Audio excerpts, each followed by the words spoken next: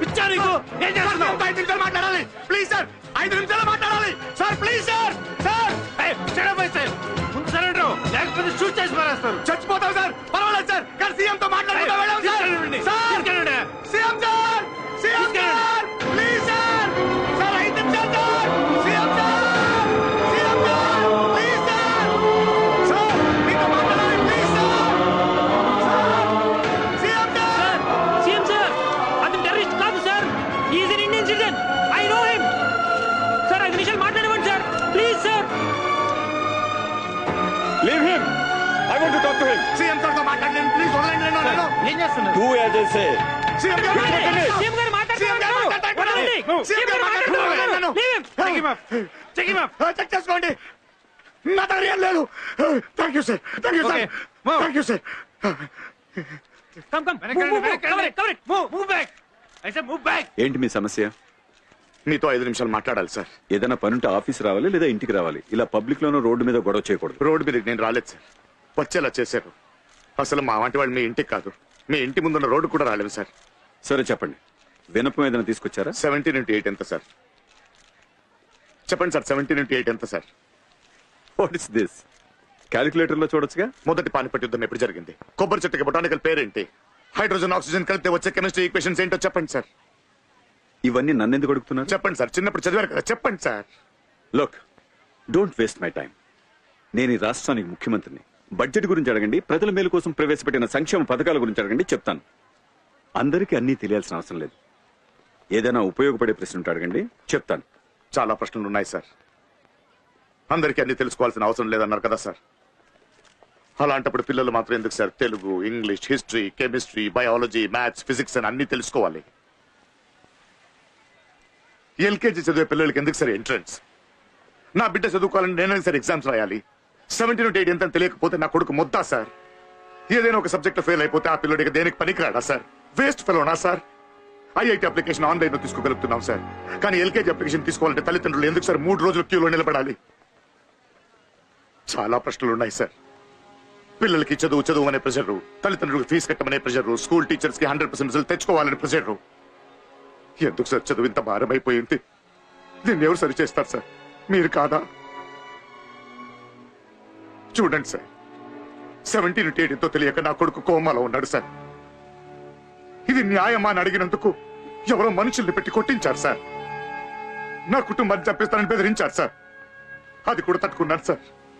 కానీ 20 సంవత్సరాలుగా ఒక పైసా కూడా లంచం తీసుకోకుండా పనిచేసిన గవర్నమెంట్ ఉద్యోగం నుంచి తీసేశారు సార్. గవర్నమెంట్ వ్యతిరేకంగా మాట్లాడతావా అని బాబు ఆపరేషన్ కి అప్లై చేసిన లోన్ కూడా క్యాన్సిల్ చేసేశారు సార్. అంత పెద్ద తప్పు ఏం చేశాను సార్ నేను? ఏం అడిగాను సార్ నేను? నా బాబుని చదివించుకోవాలనుకోవడం తప్ప సార్? నా బాబుని కాపాడుకోవాలనుకోవడం తప్ప సార్? చెప్పండి సార్.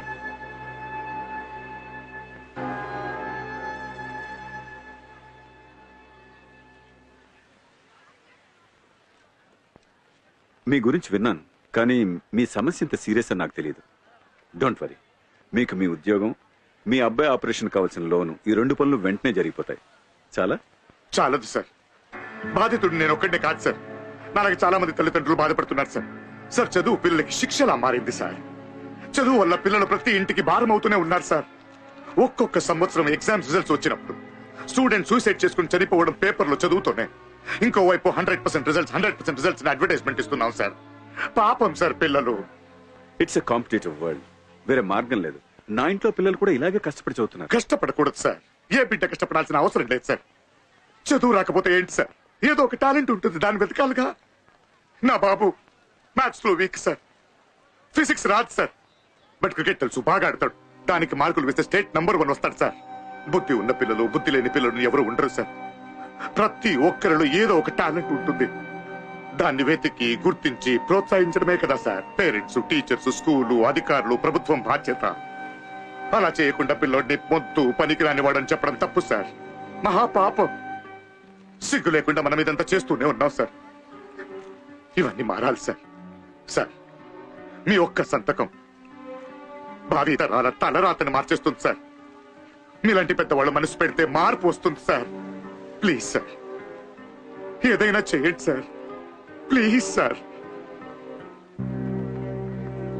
నేను మీకు మాటిస్తున్నాను, ఎడ్యుకేషన్లో పిల్లల బంగారు భవిష్యత్తు కోసం మార్పులు చేస్తాం. ఒక్క రోజులో జరగదు, కానీ త్వరలోనే జరుగుతుంది. మీరు మీ అబ్బాయి ఆపరేషన్ కావాల్సిన ఏర్పాటు చూడండి. మన ఆంధ్ర రాష్ట్రానికి ఒక మంచి క్రికెటర్ అవసరం. Thank you sir, thank you sir. Super sir, super sir. Sir sir ఒక్క photograph sir. Guys come come on.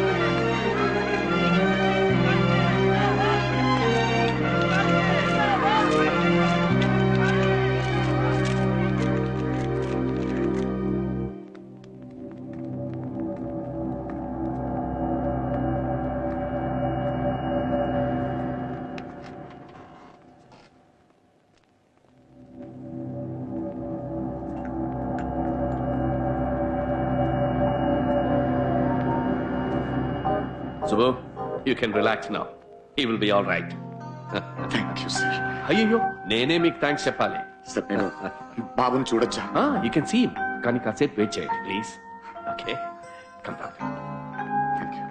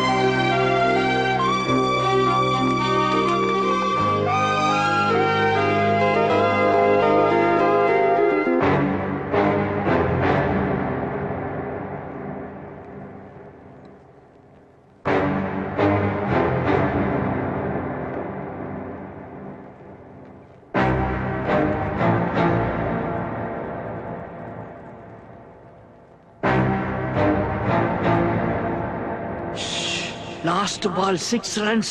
Come on, Karthik.